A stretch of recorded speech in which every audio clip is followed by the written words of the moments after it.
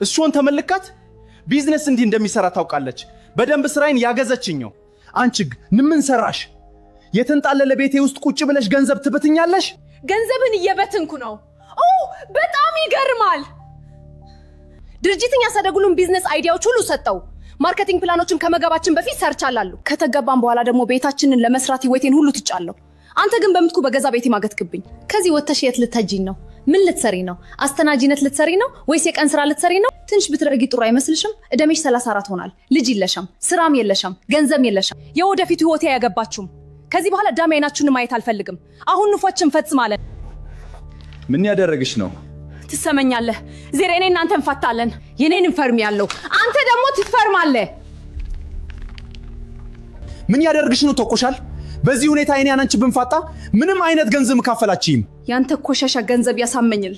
በጣም አስጠልተኛል። ቶሎ በል የፍቺ ወረቀቱን ፈርም፣ አለበለዛ ሁሉም ዕቃ ሰብረዋል አለው። እሺ በቃ ተረጋጂ።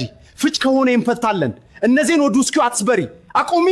ታየኛለህ ሰለሞን፣ ያላንተ ህይወቴን በደንብ እኖራለሁ።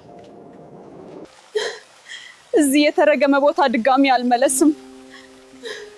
ስሜታዊ ስለሆነች ነው። የትም መሄጃ የላትም። ነገ ጧት በሬ ላይ መታ ታለቅሳለች።